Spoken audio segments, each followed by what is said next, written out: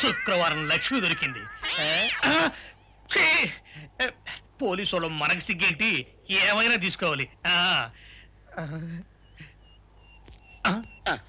సత్యం SI గారు ఇటు వస్తున్నారేంటి? అడుగు వస్తున్నాడు ఉల్లిపాయగాడు. ఇవాళ వాడి దురద నా సరదా రెండు తినాలి.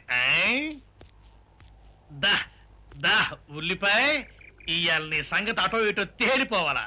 ఆ రోజు ఏమని తిట్టావరా సావుకారు, పైగా ఏమి ఎరగనట్టు ఈ నిర్పిస్తావా? అయ్యి బాబు, నేను తిట్టేటువంటి బాబు, నన్ను వదిలిపెట్టండి.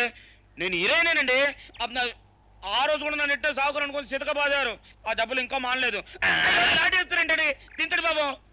నువ్వు ఏరయ్యవైతే నీకు ఈ సిల్క్ చొక్క ఎందుకురా? బుద్ధి కట్టి తినేసుకున్నాను. అలాగా చెప్పావు కాబట్టి సరిపోయింది, లేకపోతే పంబ రేగిపోయేది. పో. ఏమంటా కనపడప్పుడే లేట కొట్టడం బాగోలేదండి. ఈ ఎస్ఐ సన్యాసరావుతోనా? ఆ వచ్చేవాడు తప్పకుండా షావుకరి. ఇవాళ ఈ లాఠీ అయినా ఎరగాలి, వాడి నడ్డే ఎరగాలి, అంతే. దండలేండి ఎస్ఐ బాబు గారు. దండాలకి దండలకి లొంగేవాడిని గాను, డబ్బుకి దస్కానికి లొంగేవాడిని గాను. ఇవాళ్ళని కాదో చేయగలిగడం ఖాయం. ఆ రోజు నన్నే తిట్టిపోతావరా పిచ్చి కొంచెం. నేను మిమ్మల్ని తిట్టండి. ఇతనే ఆ రోజు నన్ను సితకబాదారు.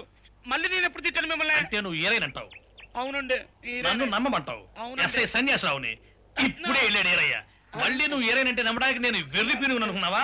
రే, పోలీసు చోటుతో పెట్టుకుంటే పొడి పొడి పొడి పొడి అయిపోతావు, కంది పొడి అవుతావు, కాఫీ పొడి అయిపోతావు, పెసర పొడి అయిపోతావు, పొడి పొడి పొడి.